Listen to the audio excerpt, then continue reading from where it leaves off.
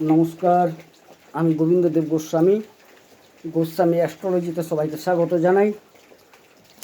আজকের আলোচনার যে বিষয়বস্তু সেটা হচ্ছে কর্কট রাশির অক্টোবর 2024 কেমন যাবে সেই বিষয় নিয়ে আজকের আলোচনা। তো আলোচনার পূর্বে একটু বলে রাখি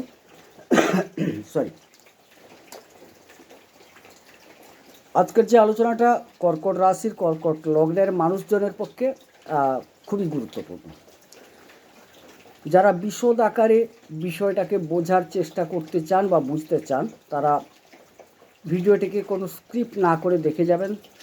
আর যারা জিস্ট জানতে চান অর্থাৎ সারাংশ জানতে চান, যে আমার এত বুঝে লাভ নেই, সারাংশটা জানার দরকার, 10 মিনিটের পর থেকে আপাতত একটা আন্দাজ দিচ্ছি, আর তারপর থেকে দেখবেন নিশ্চিত শেষাংশে আমি একদম সারাংশটা আরেকবার বলে দেবো, সেটা শুনলেও আপনাদের সারাংশটা বোঝা হয়ে যাবে।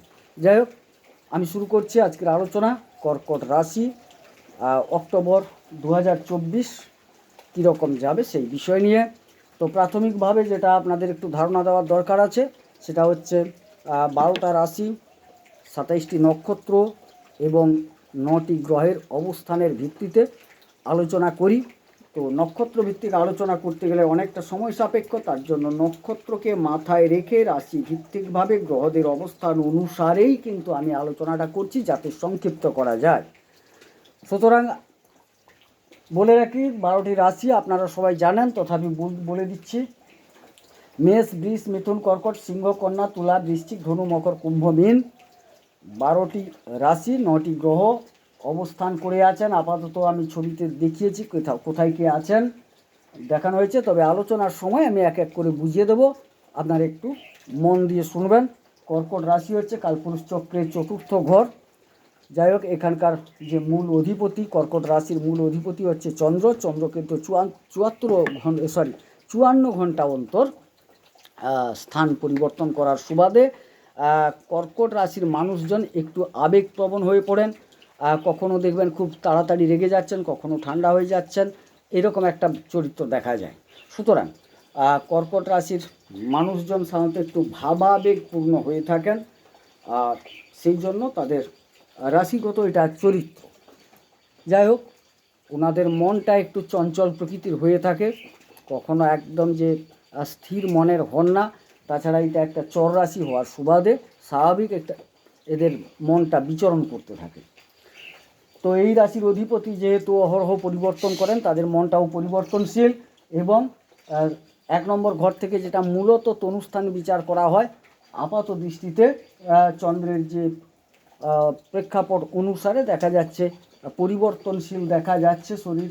এবং মঙ্গল 20 তারিখ নিচস্থ হবেন। মঙ্গল বর্তমান দ্বাদশে আছেন, তিনি পঞ্চম এবং দশমের অধিপতি হয়ে দ্বাদশে বসে আছেন এবং লগ্নে নিচস্থ হবেন। লগ্নে যখন পৌঁছাবেন অবশ্যই বেশ কিছুটা ভালো ফল পাবেন লগ্নে পৌঁছালে, কিন্তু নিচস্থ থাকার সুবাদে হয়তো মেবি এতটা ভালো ফল নাও পেতে পারেন। তবে একটা জিনিস, যেহেতু রোগ, রিপু, ঋণ, শত্রু এই 6 নম্বর ঘরের অধিপতি বৃহস্পতি বর্তমান একাদশী বসে আছেন, সেই সুবাদে যতটুকু ধারণা করা যায় যে আপনাদের বৃহত্তর কোনো রোগ হওয়ার সম্ভাবনা কিন্তু দেখা যাচ্ছে না। আপাতত পক্ষে শরীর কিন্তু আপনাদের এক প্রকার ভালো থাকবে। দ্বিতীয় ঘর যেটা আপনারা জানতে চান মূলত ধনুস্থান নিয়ে, 2 নম্বর ঘর সিংহ রাশির ঘর, অধিপতি রবি বর্তমান কন্যাতে অবস্থান করে আছেন এবং 10 তারিখ পর্যন্ত বুধও কন্যা রাশিতে থাকবেন। বুধ হচ্ছে কন্যা রাশির উচ্চস্থল। সেই সুবাদে বুধাদিত্য যোগ তৈরি হয়েছে, জ্যোতিষশাস্ত্রে একটা বড় যোগ। এই বুধাদিত্য যোগ যেহেতু ধনস্থানের অধিপতি, তিনি তার দ্বিতীয় স্থান হচ্ছে ধনস্থান, অর্থাৎ তার অধিপতি তারই দ্বিতীয় অবস্থান করার সুবাদে এবং বুধাদিত্য যোগ তৈরি হওয়ার সুবাদে 10 তারিখ পর্যন্ত অর্থভাগ্য খুব ভালো যাবে। 10 তারিখের পর থেকে 16 তারিখ পর্যন্ত মোটামুটি ভালো থাকবে।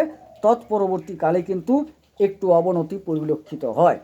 এখানে কেতু বসে আছেন, কেতুর কোনো স্থান পরিবর্তন হবে না। রবি 16 তারিখ তুলা রাশিতে নিচস্থ হবেন। বুধ 10 তারিখ কিন্তু থাকছেন, 11 তারিখ চলে আসছেন তুলা রাশিতে। বুধের থেকে সেরকম কোনো ক্ষতি করার সম্ভাবনা নেই, বুধ ক্ষতি করবেনও না।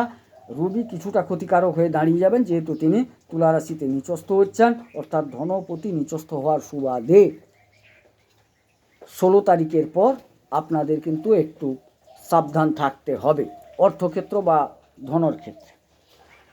এবারে তৃতীয় ঘর পরাক্রমতার ঘর, বুধাদিত্য যোগ তৈরি হয়েছে 10 তারিখ পর্যন্ত। নিশ্চিত পরাক্রমের সাথে আপনি কিন্তু কাজ করতে পারবেন। 16 তারিখ পর্যন্ত অবশ্যই আপনার একটা পরাক্রমতা বজায় থাকবে, যে কাজে যাবেন সফলতা পাবেন। তৎপরবর্তীকালে কিঞ্চিত সমস্যা দেখা দিতে পারে। আপাতত 16 তারিখ পর্যন্ত দেখা যাচ্ছে যে তৃতীয় ঘর থেকে যে পরাক্রমতার ঘর, সেখান থেকে কিন্তু ফল ভালো পাবেন। এবার চতুর্থ ঘর তুলা রাশির ঘর, অধিপতি শুক্র 13ই অক্টোবর পর্যন্ত তিনি মালব্য যোগ তৈরি করে স্বরাশিতে থাকছেন। বুধ ঢুকে যাচ্ছেন ওই ঘরে 11 তারিখ। বুধ শুক্রের একটা জুটি তৈরি হচ্ছে, যেটা খুব খুব সুন্দর। তবে এই সময়টা আপনারা মাত্র পাবেন 3 দিনের জন্য। এই যে 3 দিন, এই 3 দিন কিন্তু আপনাদের ক্ষেত্রে খুবই শুভ সময়। তারপর শুক্র বেরিয়ে যাবেন পঞ্চমে।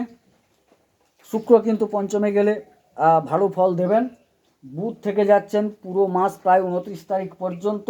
আর রবি 16 তারিখ নিচস্থ হয়ে যাচ্ছেন চতুর্থ স্থলে, যেখান থেকে আমরা বিবেচনা করি ঘরবাড়ি, যানবাহন, মা, সুখ ইত্যাদি। সেক্ষেত্রে দেখা যাচ্ছে যে রবি যেহেতু নিচস্থ হচ্ছেন, কিঞ্চিত আপনাদের সমস্যা দেখা দেবে। মায়ের শরীর স্বাস্থ্য, বাবার শরীর স্বাস্থ্য সচেতন থাকা বাঞ্ছনীয়। শিক্ষাক্ষেত্র, যেটা সাধারণ শিক্ষাক্ষেত্র 16 তারিখ পর্যন্ত এক প্রকার ভালো থাকবে, বা 13 তারিখ পর্যন্ত তো ভালোই থাকছে। তারপর রবি যখন নিচস্থ হবেন, কিঞ্চিত সেখানে সমস্যা দেখা দিতে পারে, তবে সে বিষয়ে খুব একটা ভাবার দরকার নেই, কারণ বুধ বসে আছেন। সেই সুবাদে রবি কিছুটা চিন্তার ভাঁজ ফেলতে পারেন। এখানে আরও একটা জিনিস দেখা যাচ্ছে যে মঙ্গল যখন চলে আসবেন 20 তারিখ অক্টোবরের নিচস্থ হয়ে, তার একটা দৃষ্টি পড়বে, নিচ দৃষ্টি, সেটা কিঞ্চিত আপনার উপর ইফেক্ট ফেলতে পারে। যাই হোক, ওভারঅল দেখা যাচ্ছে চতুর্থ স্থান কিন্তু মিশ্র ফল দেবে। পঞ্চম স্থান নিয়ে আলোচনা করতে গেলে এটুকু বলা যায়, গুরুত্বপূর্ণ ঘর কোন, অধিপতি হচ্ছে মঙ্গল কিন্তু বর্তমান কর্কট রাশি সাপেক্ষে দ্বাদশে বসে আছেন। দ্বাদশে থাকছেন 20 তারিখ পর্যন্ত। দ্বাদশ স্থান মঙ্গলের খুব একটা ভালো ধরা হয় না। 20 তারিখের পর তিনি কিন্তু লগ্নে বা রাশিতে চলে আসছেন, নিচস্থ হয়ে যাচ্ছেন। এবং যেহেতু পঞ্চম এবং দশমপতি, এখান থেকে কি বিচার করা হচ্ছে, প্রেম, উচ্চশিক্ষা, সন্তান ইত্যাদি বিচার করা হয়। দশম থেকে কর্ম বিচার করা হয়। সেক্ষেত্রে তিনি কিন্তু লগ্নে এসে ভালো ফল দেওয়ার চেষ্টা করবেন অবশ্যই। তবে যেহেতু তিনি নিচস্থ হচ্ছেন, কিঞ্চিত তার যতটা ক্ষমতা ততটা দিতে পারবেন না। আবার এই পঞ্চম স্থলের উপর দেখা যাচ্ছে বৃহস্পতির পূর্ণ দৃষ্টি পড়ে আছে। মঙ্গল হচ্ছে বন্ধু, মানে শিষ্য, বৃহস্পতির শিষ্য বলা হয়। সেক্ষেত্রে তিনি কিন্তু দৃষ্টি রেখেছেন, এবং শনি তিনি দশম দৃষ্টি রেখেছেন। সুতরাং পঞ্চম স্থল একটা ভালো রেজাল্ট দিতে যাচ্ছে। অর্থাৎ প্রেমের ক্ষেত্রে যদি বলি, দুটি সাত্ত্বিক গ্রহ, দেখুন শনিও সাত্ত্বিক গ্রহ, বৃহস্পতিও সাত্ত্বিক গ্রহ। সুতরাং যারা সত্যনিষ্ঠার সাথে প্রেম করছেন, সেই প্রেম কিন্তু বাস্তবায়িত হবে বা বাস্তবতা পাবে। এখানে কিন্তু কোনো রকম ভণ্ডামি থাকলে সেটা কিন্তু বাস্তবতা পাবে না এবং সমস্যা তৈরি হবে। যাই হোক, উচ্চশিক্ষার ক্ষেত্র ভালো যাবে। যারা সন্তান নিতে চাইছেন, অবশ্যই সন্তান নেওয়ার যোগ দেখা যাচ্ছে। তবে যেহেতু মঙ্গল নিচস্থ, অবশ্যই একটু চিকিৎসকের পরামর্শ গ্রহণ করা উচিত। রোগ, রিপু, ঋণ, শত্রু যেখানে বিবেচনা করা হয় 6 নম্বর ঘর থেকে, সেই জায়গায় বলি ওর অধিপতি হচ্ছে ধনুরাশি। ধনুরাশির অধিপতি হচ্ছে বৃহস্পতি বর্তমান একাদশে থাকার সুবাদে সেরকম কোনো খারাপ সম্ভাবনা দেখা যাচ্ছে না। এবং শত্রু আপনি দমন করতে পারবেন, ঋণ পরিশোধ করতে পারবেন বা গ্রহণও করতে পারবেন, এই সুযোগগুলো দেখা যাচ্ছে।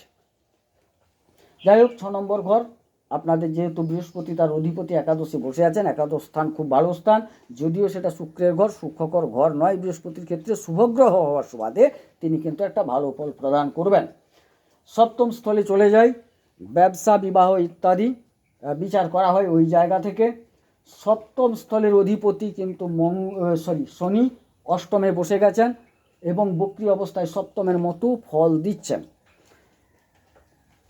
আপাতত 20 তারিখ পর্যন্ত মঙ্গল যতক্ষণ না নিচস্থ হচ্ছেন, 20 তারিখ পর্যন্ত আপনাদের একটা ব্যবসা বা বিবাহ এই ক্ষেত্রগুলো কিন্তু একটা ভালো রেজাল্ট দিতে যাচ্ছে।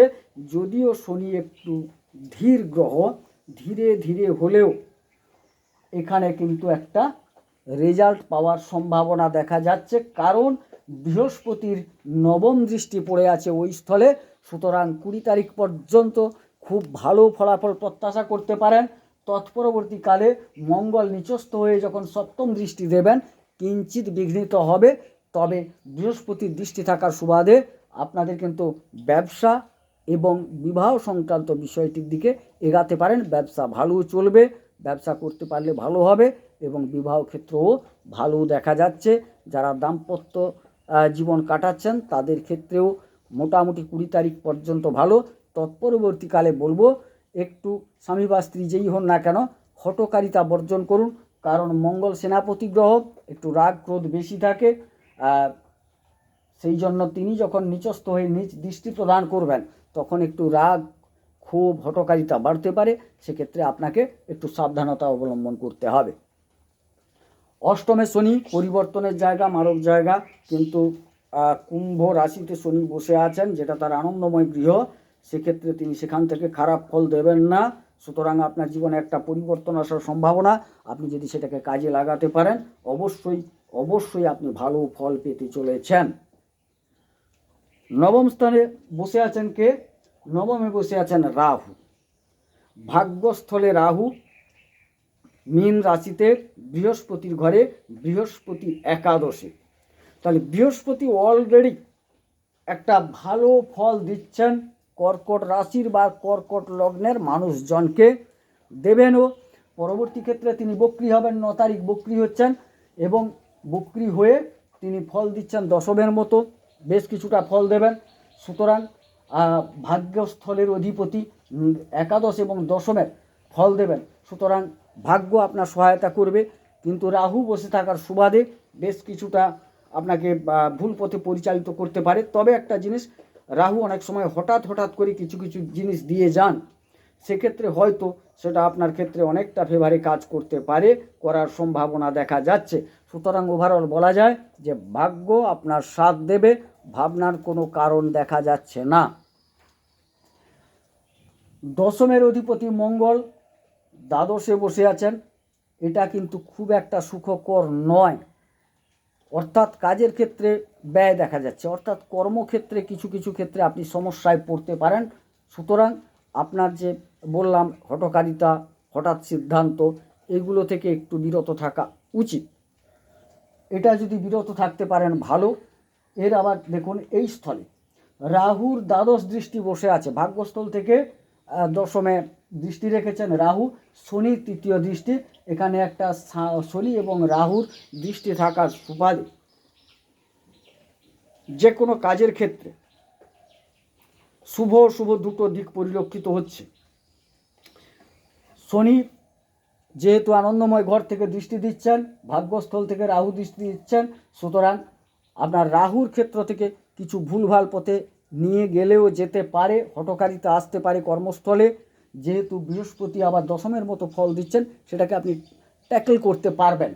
আর শনি দৃষ্টি রেখেছেন, অতএব একটু ধীরে ধীরে আপনাকে জ্ঞানের জায়গায় নিয়ে যাবে।